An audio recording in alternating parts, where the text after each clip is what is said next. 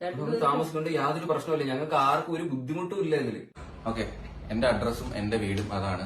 അവരിപ്പോഴും പറയുന്നത് എന്നെ ആ വീട്ടില് നിന്റെ വീട് ഇതാണ്, ഇത് ഇത്രയും വീട് വലിയ വീട് ആർക്ക് വേണ്ടിയിട്ടാണ് കെട്ടിയിട്ടത്, ഇത് നീയും കൂടി ഒന്ന് താമസിക്കാനല്ലേ നീ വരാൻ.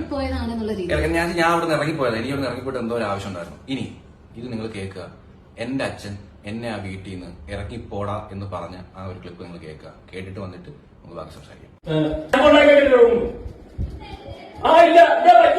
ഞാൻ പറയുമ്പോ ഇവിടെ പറ്റൂല, ഇവിടെ കേൾക്കൂല.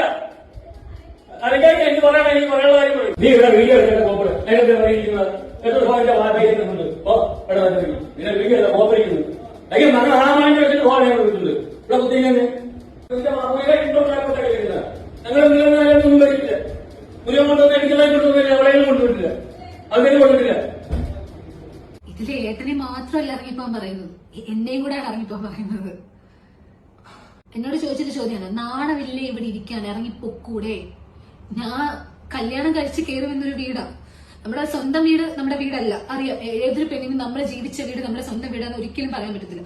നമ്മൾ ചെന്ന് കയറുന്ന വീടാണ് നമ്മുടെ സ്വന്തം വീടായി കൊണ്ട് ജീവിക്കേണ്ടത് മരണം വരെ. അങ്ങനൊരു എനിക്ക് വിളക്ക് തന്നെ കയറ്റിയ ആ വീട്ടില് എന്നോട് പറയാണ്, നാണമില്ല ഇവിടെ ഇരിക്കാൻ, നിന്റെ ഞങ്ങളൊന്നും വാങ്ങിച്ചിട്ടില്ല, ഞാനൊന്നും വാങ്ങിച്ചിട്ടില്ല, ഇത് മുരുകൻ ഉണ്ടാക്കിയിട്ട്